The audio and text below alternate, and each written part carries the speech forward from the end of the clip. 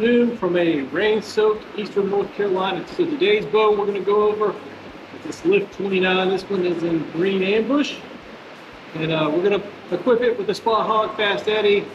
And it's got a whisker biscuit for the rest. Pretty much what we're used to. Switch weight cams, although this is the switch weight X mod cams. It does have the phase 4 limbs on it. And as you can tell by the riser, it is much more machined out. So very similar to the Lift 33, just a shorter variant. And it also comes with this new exo pod to replace the old engaged limb pods that they had before. But those are similar to the previous mod that limb pod has worked. So go over some specs real quick. The brace height is 6 inches.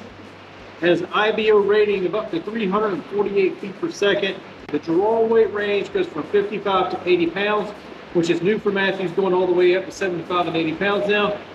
The draw lengths are 24.5 to 30 inches. And the let off is still only 80 or 85%.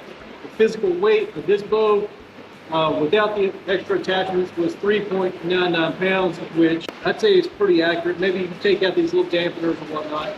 The other thing we have is the shot cinch grip on this bow to test out. And it comes in a lot of different colors.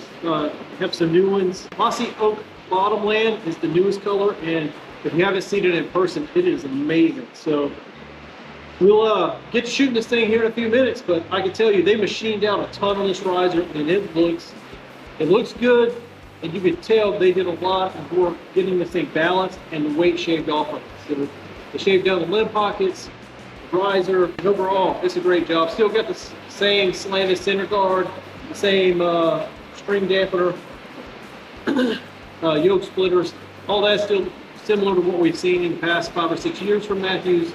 But overall, I think they did a really good job delivering improvements to an already solid platform. The balance of the riser, a little bit different than the Mathews that I've shot before. This one's not so top heavy that when it doesn't have the sight on it, it still wants to lean forward. It balances out really well, shoots really well. So we'll get to it here in a few minutes. Stay tuned. All right, as per the rest of our test, we'll be using these Ultras.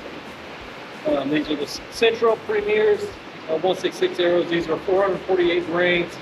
The only thing we're going to have to change today is it's pouring outside, and so you can tell by the noise inside the building, it's pouring pretty good. So we put the target at the end of the building. It was 40 feet. It's about 12, a little over 12 yards. So that's what you're going to get for a shot demonstration. So let's go ahead and go through this draw. It's pretty stiff. About 4 inches in, you hit the hump. And it is a long hump and just falls off to the back wall. Coming down, it is pretty jumpy. So a little bit jumpy, but you got to get that speed from somewhere. All right, let's draw back shoot this time. Nothing after that shot. And I know I got the sight on there, so and the sight's a little bit, gonna stiffen that up a little bit, but not that much. It is fantastic after the shot.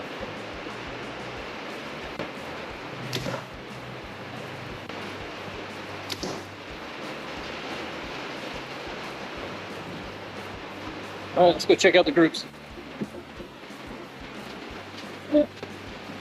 Pretty good, no peep, no frame of reference, no point of reference for anything else. So let's do it one more time just to get a solid count. All right, so apparently we had the sight dialed into the wrong yardage, and sent an arrow careening down through the woods and have been unable to find it in this typhoon we're having. So we're down to 2 arrows left, but I wanted to back it up with a little break in the weather and get a 20-yard shot on this thing, just to see what kind of groups we could produce for you.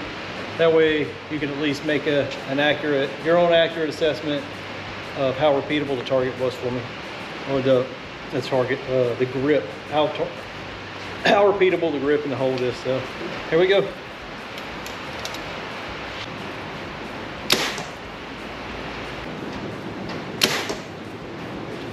All right, let's go see that little group.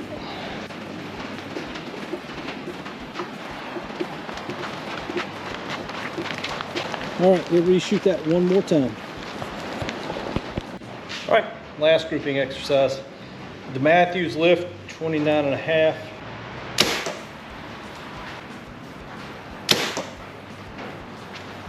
Felt good. Let's go check her out.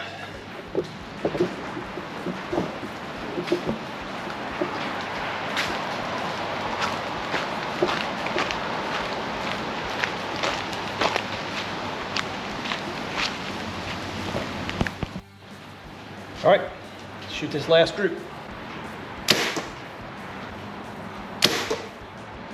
All right, let's check it out. There you have it. That's about 21 yards, and that's no peep. Just off the nose to the string. Right there off the, like I said, no peep. Nose to the string, anchor in the corner of my jaw, and reading the sight on target. So I think that was pretty dang accurate. Looks pretty good. Let's move on to the conclusion. All right, so I hope you enjoyed our review of the Mathews Lift 29.5. What a fantastic bow that Mathews has put out this year. Kind of recap what we experienced during this test run. So we start off with the draw. The draw was, let's see, you get about 3 or 4 inches into it, you start to experience the rise in the draw force curve, the big hump, and it feels like you're in that portion for a long time. And then when it comes down to a real short valley into this really solid back wall. But with that 85% let off, you don't really hold that much, and this bow holds fantastic on target.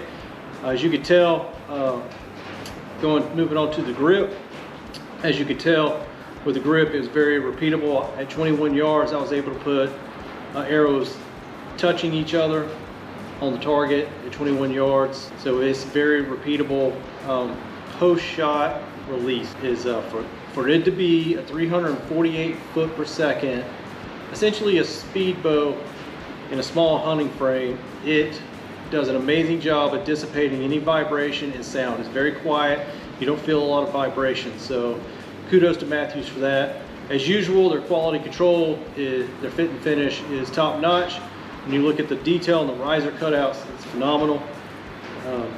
I was gonna try and do the shot sense, but I could not get it to connect to my phone.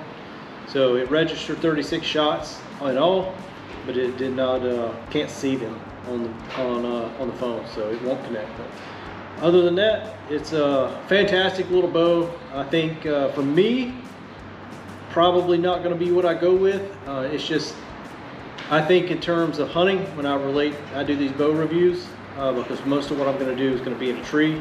I will shoot some 3D, but it's not like it was 10 years ago where I was gone every weekend and had dedicated bows to it.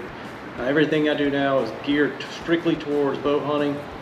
So I see that, if you're taking a shot, it's maybe a little offhand, not necessarily the most perfect form. Like if you were standing on a range, that this bow could give you some difficulty with that big hump at the front. If I was going to buy it, I might go down to 65 pounds and adjust my arrow weight accordingly. But overall, I think Mathews did a phenomenal job with this bow. And I know you Mathews guys, you're going to be all in the comments hating on me because of my review of this bow. But I think the next few years, their renditions where they smooth this out a little bit, it's going to be even better bow than it is now, which is a really, really good bow. The only criticism I have of the bow is the harshness at the start of the draw cycle.